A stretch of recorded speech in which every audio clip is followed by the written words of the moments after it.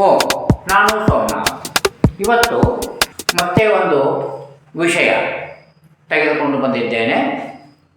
ಇದು ಪ್ರತಿಯೊಬ್ಬರಿಗೂ ಅತ್ಯಂತ ಅವಶ್ಯವಿರುವ ಮತ್ತು ಪ್ರತಿಯೊಬ್ಬರು ತಿಳಿದುಕೊಳ್ಳಲು ಇಚ್ಛೆ ಪಡುವಂತಹ ವಿಷಯ ಏನು ಅಂದ್ರೆ ಪ್ಲಾಟ್ಗಳ ನಿರ್ಮಾಣದಲ್ಲಿ ಕಾನೂನು.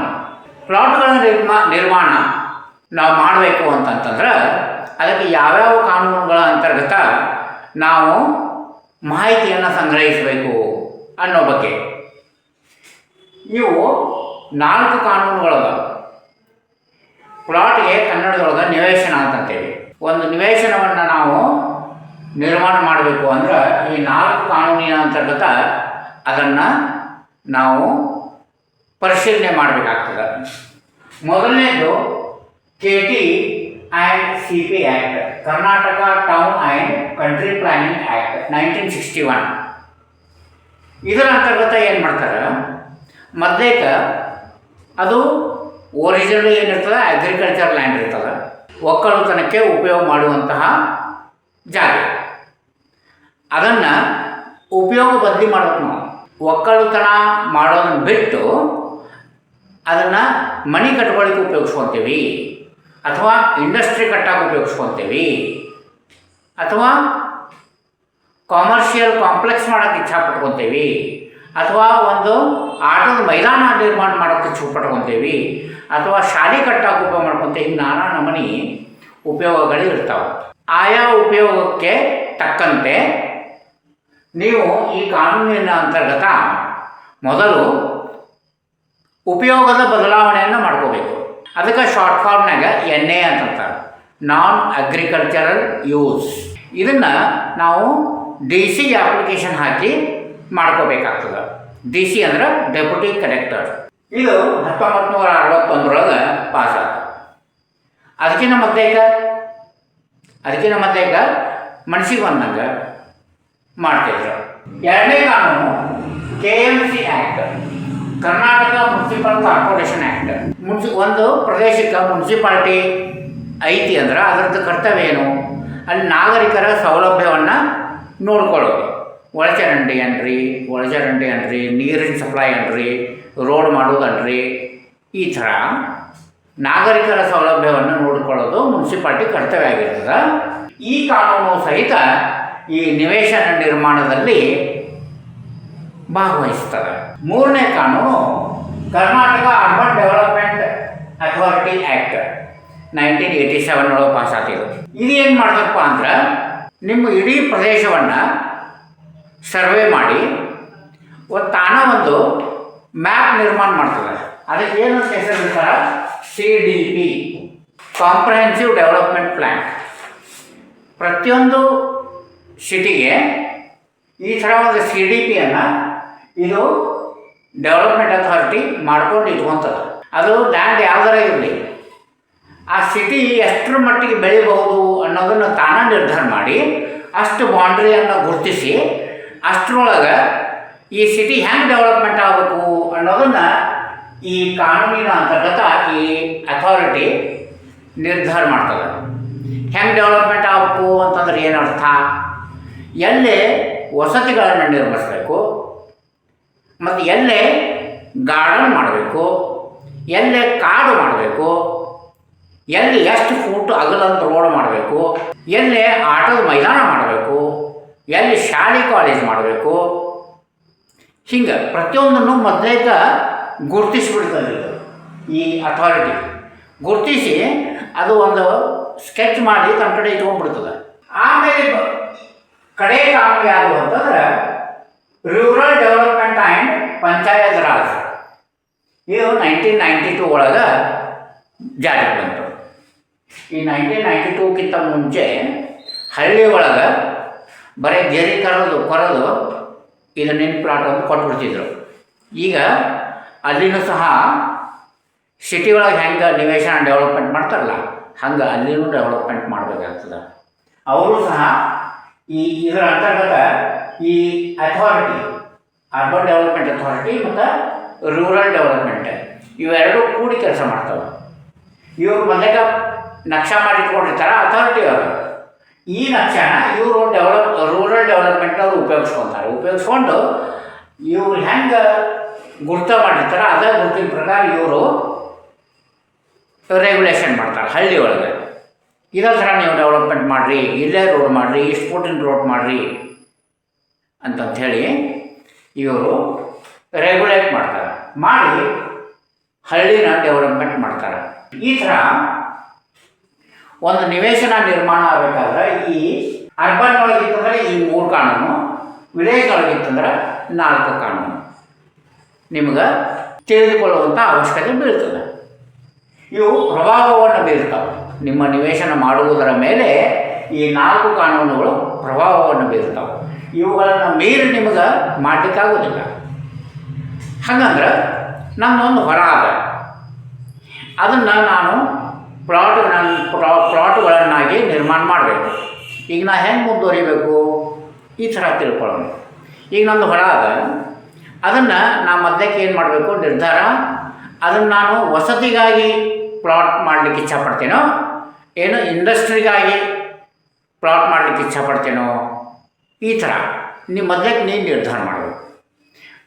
ನಿರ್ಧಾರ ಮಾಡಿದ್ದ ನೀವೇನು ಮಾಡಬೇಕು, DC ಆಫೀಸಿಗೆ, ನಿಮ್ಮ ಪ್ರದೇಶದ DC deputy collector, district commissioner ಅಂತಲೂ ಅಂತಾರೆ, ಅವ್ರಿಗೆ ಒಂದು ಅಪ್ಲಿಕೇಶನ್ ಹಾಕಬೇಕು.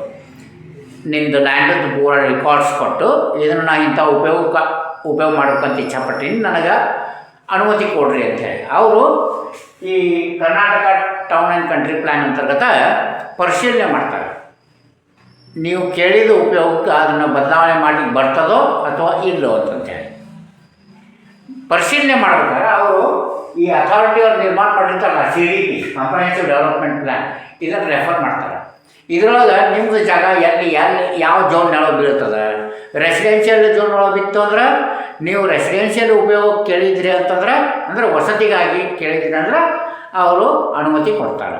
CDP ಒಳಗೆ ನಿಮ್ಮ ಜಾಗ ಇಂಡಸ್ಟ್ರಿಗಾಗಿ ಕಾಯ್ದಿರಿಸಲ್ಪಟ್ಟಿತ್ತು ಅಂತಂದ್ರೆ ಅದನ್ನು ವಸತಿಗಾಗಿ ಅನುಮತಿ ಕೊಡೋದಿಲ್ಲ. ಅವ್ರು ಹೇಳ್ತಾರೆ ನಿಮ್ಮದು ಇಂಡಸ್ಟ್ರಿಗಾಗಿ ಕಾಯ್ದಿರಿಸಲ್ಪಟ್ಟದ, ವಸತಿಗಾಗಿ ಕೊಡ್ಲಿಕ್ಕೆ ಬರೋದಿಲ್ಲ ಅಂಥೇಳಿ. ನೀವು ಮತ್ತೆ ಅರ್ಜಿ ತಿದ್ದುಪಡಿ ಮಾಡ್ಕೋಬೇಕು ಅಥವಾ ಬದಲಾವಣೆಯನ್ನು ಮಾಡೋದೇ ಬಿಡಬೇಕು. ಇದು ನೀವು ಕೇಳಿದ ಉಪಯೋಗಕ್ಕಾಗಿ ಅದು ಬದಲಾವಣೆ ಮಾಡಲಿಕ್ಕೆ ಬರ್ತಿತ್ತು ಅಂದರೆ ಆವಾಗ ಈ ಕಾನೂನಿನ ಅಂತರ್ಗತ DC ನಿಮ್ಗೆ ಒಪ್ಪಿಗೆ ಕೊಡ್ತಾನೆ. ಒಪ್ಪಿಗೆ ಕೊಟ್ಟ ಮೇಲೆ ನೀವೇನು ಮಾಡಬೇಕು, ನೀವು ಡೆವಲಪ್ಮೆಂಟ್ ಅಥಾರಿಟಿಗೆ ನಿಮ್ಮ ಜಾಗದೊಳಗೆ ಒಂದು ಲೇಔಟ್ ರೆಡಿ ಮಾಡಬೇಕು. ಎಲ್ಲಿ ಪ್ಲಾಟ್ ಮಾಡ್ಬೇಕಂತ ಇಚ್ಛಪಡ್ತೀರಿ, ಎಲ್ಲಿ ರೋಡ್ ಮಾಡ್ಬೇಕಂತ ಇಚ್ಛಪಡ್ತೀರಿ, ಅದನ್ನೆಲ್ಲ ಮಾಡಿ ಒಂದು ಮ್ಯಾಪ್ ಮಾಡಬೇಕು. ಮ್ಯಾಪ್ ಮಾಡಿ ಈ ಅಥಾರಿಟಿ ಕೊಡಬೇಕು. ಈ ಅಥಾರಿಟಿಯವ್ರು ಮಧ್ಯಕ್ಕೆ ಒಂದು ಪ್ಲ್ಯಾನ್ ಮಾಡಿ ಇಟ್ಕೊಂಡಿರ್ತಾರಲ್ಲ, ಆ ಪ್ಲ್ಯಾನ್ಗೆ ನಿಮ್ಮ ಪ್ಲ್ಯಾನು ಕಂಪೇರ್ ಮಾಡಿ ನೋಡ್ತಾರೆ.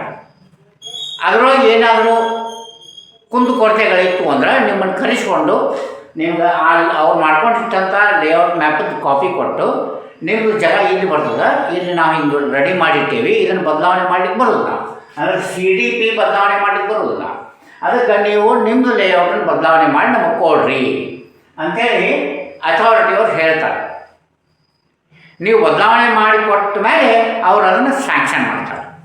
ಸ್ಯಾಂಕ್ಷನ್ ಮಾಡಿದ ಮೇಲೆ ನೀವು ಅವ್ರು ಹೆಂಗೆ ಸ್ಯಾಂಕ್ಷನ್ ಮಾಡಿರ್ತಾರೆ ಅದಕ್ಕೆ KGP ಅಂತಾರೆ. ಅದು KGP ಆದಮೇಲೆ ನೀವು ನಿಮ್ಮ ಜಾಗದೊಳಗೆ ಅವ್ರು ಹೆಂಗೆ ಪರ್ಮಿಷನ್ ಕೊಟ್ಟಿರ್ತಾರೆ ಆ ಥರ ಪ್ಲಾಟ್ಗಳನ್ನು ಗುರುತಿಸಿ ಮಾರ್ಕ್ ಮಾಡಿ, ಅವ್ರು ಹೆಂಗೆ ಹೇಳ್ತಾರೆ ಹಂಗೆ ರೋಡ್ಗಳನ್ನು ಮಾಡಿ, ಗಟ್ರುಗಳನ್ನು ಮಾಡಿ, ಅವ್ರು ಎಷ್ಟು ಅಗಲಂತ ರೋಡ್ ಹೇಳ್ತಾರೆ ಅಷ್ಟು ಅಗಲಂತ ರೋಡು, ಯಾವ ಸೈಜಿನ ಪ್ಲಾಟ್ ಹೇಳಿರ್ತಾರೆ ಆ ಸೈಜಿನ ಪ್ಲಾಟು, ಯಾವ ಸೈಜಿನ ಗಟ್ರು ಹೇಳಿರ್ತಾರೆ ಆ ಸೈಜಿನ ಗಟ್ರು, ಒಳಚರಂಡಿ, ಹಿಂಗೆ ಒಟ್ಟು ಅವ್ರ ರೂಲ್ಸ್ ಪ್ರಕಾರ ನೀವು ಲೇಔಟ್ ಡೆವಲಪ್ಮೆಂಟ್ ಮಾಡಬೇಕು. ಆಮೇಲೆ ಡೆವಲಪ್ಮೆಂಟ್ ಆಗೈತಿ ಅಂತ ಒಂದು ಅರ್ಜಿ ಹಾಕಬೇಕಿದೆ ಅಥಾರಿಟಿಗೆ. ಅವರು ಅದಕ್ಕೆ ಕಂಪ್ಲೀಷನ್ ಸರ್ಟಿಫಿಕೇಟ್ ಕೊಡ್ತಾರೆ.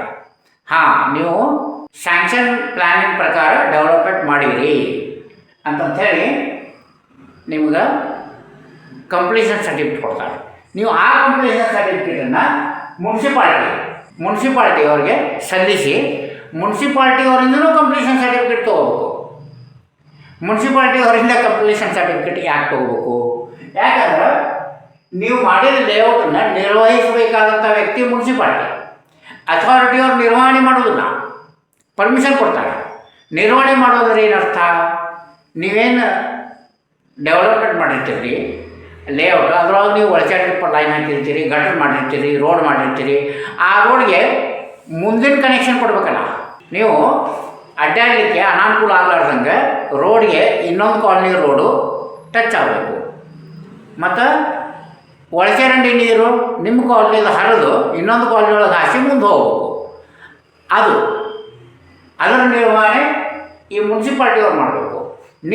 ನಿಮಗೆ ನೀರು ಒದಗಿಸ್ಬೇಕಲ್ಲ. ಎಲ್ಲಿಂದಲೋ ಬಂದು ನೀವು ಹಾಕಿದಂಥ ಪೈಪಿಗೆ ನೀರಿನ ಕನೆಕ್ಷನ್ ಕೊಡಬೇಕಲ್ಲ.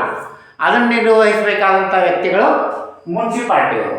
ಇಂಥವೆಲ್ಲ ಅವರು ತಮ್ಮದೇ ಆದ ರೀತಿಯಲ್ಲಿ ಪರಿಶೀಲನೆ ಮಾಡ್ತಾರೆ, ಬರೋಬ್ಬರಿ ಮಾಡಿರೋ ಇಲ್ಲೋ ಅಂಥೇಳಿ.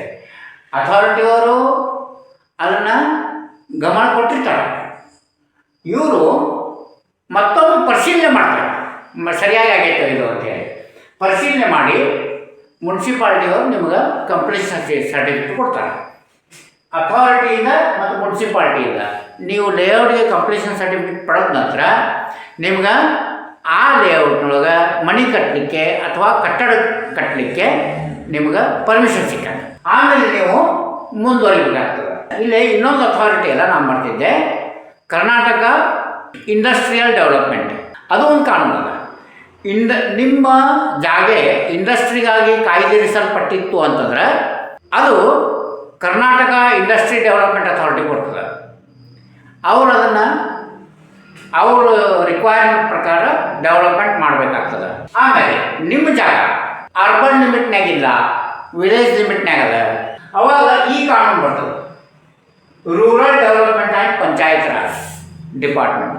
ಅಲ್ಲಿಂದ ನೀವು ಪರ್ಮಿಷನ್ ತೊಗೋಬೇಕಾಗ್ತದೆ. ಈ ಅರ್ಬನ್ ಡೆವಲಪ್ಮೆಂಟ್ ಅಥಾರಿಟಿಯಿಂದ ಪರ್ಮಿಷನ್ ಅಲ್ಲ, ಇಲ್ಲಿಂದ ತೊಗೋಬೇಕಾಗ್ತದೆ. ಆದರೆ ಇವೆರಡೂ ಕೂಡ ಕೆಲಸ ಮಾಡ್ತಿರ್ತಾವೆ. ನೀವು ಇಲ್ಲಿಂದ ತೊಗೊಂಡ್ರು ಇಲ್ಲಿಂದ ತೊಗೊಂಡಂಗೆ.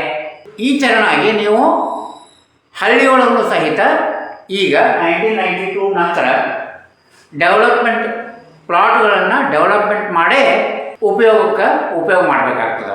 ಈ ಥರನಾಗಿ ನಿವೇಶನಗಳ ನಿರ್ಮಾಣ ಆಗುತ್ತೆ ಕಾನೂನಿನ ಪ್ರಕಾರ. ಇನ್ನು ಈ ಕಾನೂನು ಬಿಟ್ಟು ರೈತರು ತಮ್ಮ ಜಾಗದೊಳಗೆ ಗೇರಿ ಕೊರೋದು ಮಾಡಿಬಿಟ್ರು ಅಂತಂದ್ರೆ ಹೆಂಗೆ? ಅದಕ್ಕೆ ಅಕ್ರಮ ಅಂತೀವಿ. ಅದನ್ನು ಸರ್ಕಾರದವರು ಒಪ್ಕೊಂಡ್ರು ಅಂದ್ರೆ ಅದಕ್ಕೆ ಸಕ್ರಮ ಅಂತೀವಿ. ಅಕ್ರಮವನ್ನು ಸರ್ಕಾರದವರು ಸಕ್ರಮ ಮಾಡಿದರು, ಅದಕ್ಕೆ ಅಕ್ರಮ ಸಕ್ರಮ ಕಾನೂನು ಅಂತಂತಾರೆ. ಅದನ್ನು ಬಿಟ್ಟು ಈ ಕಾನೂನುಗಳ ಅಂತರ್ಗತ ನೀವು ನಿವೇಶನ ನಿರ್ಮಾಣ ಮಾಡಿದ್ರಂದ್ರೆ ಅದು ವಿಧಿವತ್ ನಿವೇಶನದ ನಿರ್ಮಾಣ ಅಂತ ಅನಿಸ್ಕೊಂತೈತಿ. ಇಷ್ಟು ತಿಳುವಳಿಕೆಯಿಂದ ತಮಗೆ ಒಂದು ತಿಳುವಳಿಕೆ ಬಂತು ಅಂತ ತಿಳ್ಕೊತೀನಿ. ಎಲ್ಲರಿಗೂ ಒಳ್ಳೆಯದಾಗಲಿ. ಓಂ.